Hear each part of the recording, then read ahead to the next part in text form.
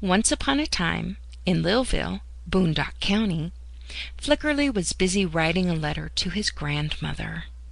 When he was just a tadpole and not able to walk yet, his grandmother would spend a lot of time with him in the pond.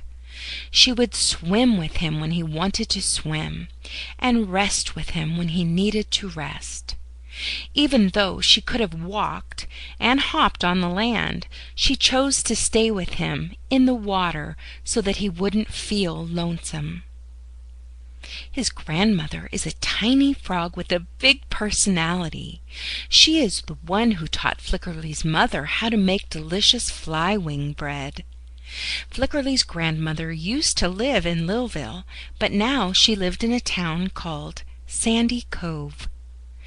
"Dear Grandmother," Flickerly wrote, "I'm writing you this letter because I miss you, and I was thinking about all of the fun we used to have. Maybe you can come to Lilville for a visit sometime. I have a rowboat, and we could row out into the middle of the pond and catch flies together. What fun we would have! I hope you can come and visit Mother, Father, and me soon. Love, Flickerly." After Flickerly finished his letter to his grandmother, he put it in an envelope and sealed it. He walked to the Lilville post office and dropped his letter in the mail slot. The postal worker told Flickerly that his letter would be mailed to his grandmother in the morning. As he left the post office, he felt excited that soon his grandmother would be reading his letter. As Flickerly walked back home, he heard a voice say, "Hello, Flickerly." It was his good friend Newman. Newman was a newt and was orange with black spots. Flickerly thought he was the nicest newt that lived in Lilville. "Well, hello," said Flickerly. "What are you doing today, Newman?" Flickerly asked. Newman said, "I'm on my way down to the pond. I just bought a new blow-up raft and wood paddles from the Lilville Pond Store." "How fun!" said Flickerly. "Do you want to go down to the pond with me and try out my new raft?" asked Newman. "Why, I sure would," said Flickerly. They both walked past their little houses and down to the pond.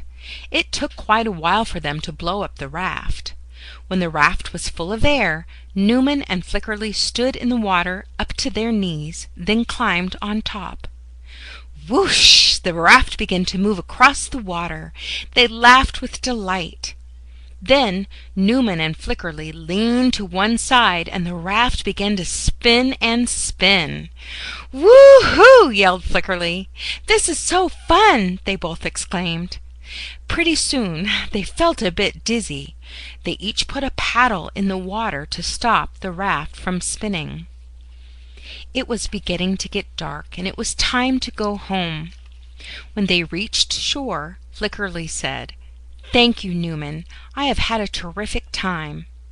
"You are quite welcome," said Newman.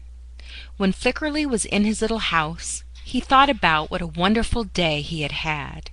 He was looking forward to getting a letter back from his grandmother, too. It was bedtime. Flickerly washed his froggy face and brushed his froggy teeth. He climbed into his bed and said his prayers. Flickerly slept well because he was thankful for his grandmother and his friend Newman. The